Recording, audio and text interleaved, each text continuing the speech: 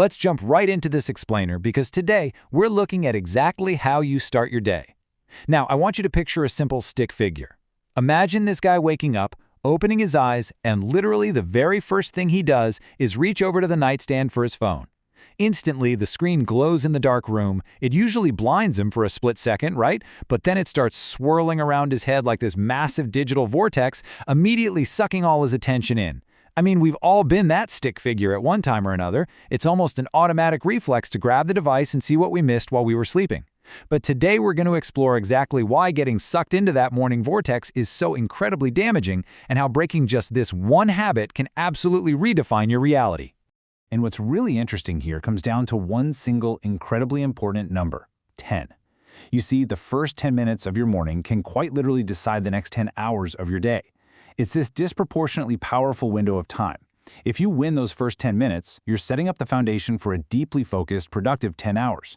But despite how critical this tiny window is, most people spend their first 10 minutes helplessly scrolling through other people's lives, other people's emergencies, and other people's opinions. They're just giving away the absolute most valuable minutes of their day without a second thought. Section 1. The Morning Phone Trap. Why avoid the screen? So to understand why highly successful people protect those early minutes like their lives depend on it, we have to look at what we call reactive mode. It's defined as the state of comparing, reacting, and absorbing outside opinions before setting your own daily intentions. To really grasp this, imagine our stick figure's brain as a perfectly clean, empty glass jar when they first wake up. It's clear, it's calm, it is totally ready for the day. But the exact second they open social media or check their email, boom, a flood of colorful, chaotic notifications pours into that pristine jar, instantly cluttering it all up.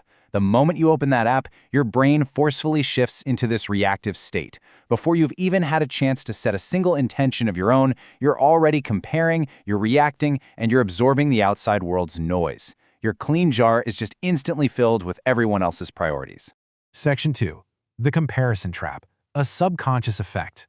When our stickman falls into this trap, they start swiping through these perfectly curated feeds. They're looking at other people's luxurious vacations, shiny new cars, massive career achievements. And as they scroll, our stick figure's own reflection literally shrinks.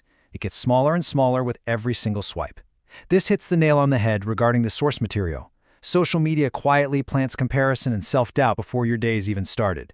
And honestly, here's the absolute worst part. That heavy, inadequate mood doesn't just magically vanish when you put the phone down. No way. It follows our stick figure, and you, for hours. It colors your entire morning with this subtle, lingering layer of anxiety and self-doubt. The science behind this is absolutely crucial. Think of your willpower and your focus as a battery. When you wake up, that battery is generally at 100%, the absolute strongest it's going to be all day long.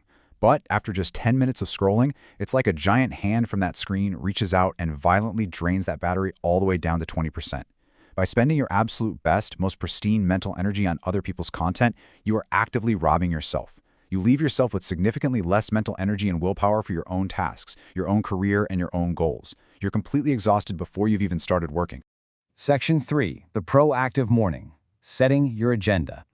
Thankfully, there is a totally different way to do this. Let's bring in an entirely different stick figure.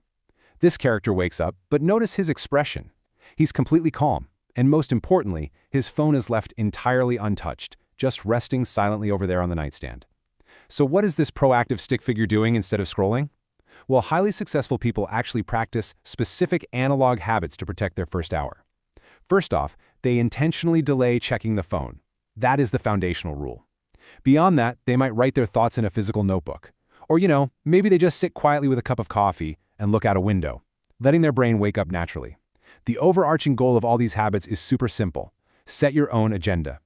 You have to decide what your day is about before the rest of the world gets a chance to set that agenda for you.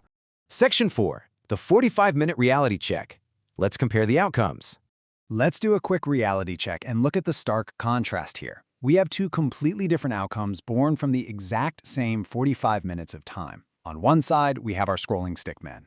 Because he immediately jumped into that phone vortex, he's starting his day frantic, tired, heavily unfocused, and entirely reactive. His willpower battery is basically shot. But right next to him, we've got the proactive stickman. After the exact same 45 minutes, spent maybe planning, stretching, or just looking out the window, he is calm, highly productive, and completely in control of his mental state. It's literally a night and day difference, and it all stems from what they chose to do the very moment they opened their eyes. Section 5. Taking back control. Who gets access? Now, the ultimate twist to this explainer is this. This entire concept isn't actually about quitting social media forever. We aren't saying you need to throw your smartphone in the ocean and go live in the woods. It's much simpler and honestly much more profound than that. Imagine our stick figure picking up his phone, but instead of the screen lighting up with a dozen chaotic notifications, it just remains black. In that dark mirror of the screen, he just sees his own reflection looking back at him, calm, focused, and unaffected.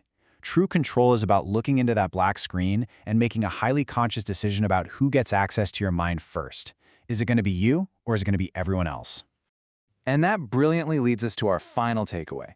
The image I want to leave you with today is our stick figure, placing that phone face down on the table, turning his back to it, and walking purposefully toward a bright morning sunrise. So, I've got a challenge for you. Tomorrow morning, when you wake up, leave your phone face down. And right before you reach over to unlock that screen, just pause and ask yourself this one powerful question. Whose agenda am I about to follow? Mine or everyone else's? Give yourself those first 10 minutes and just watch how it transforms your next 10 hours. Thanks so much for joining me for this explainer, and I'll catch you next time.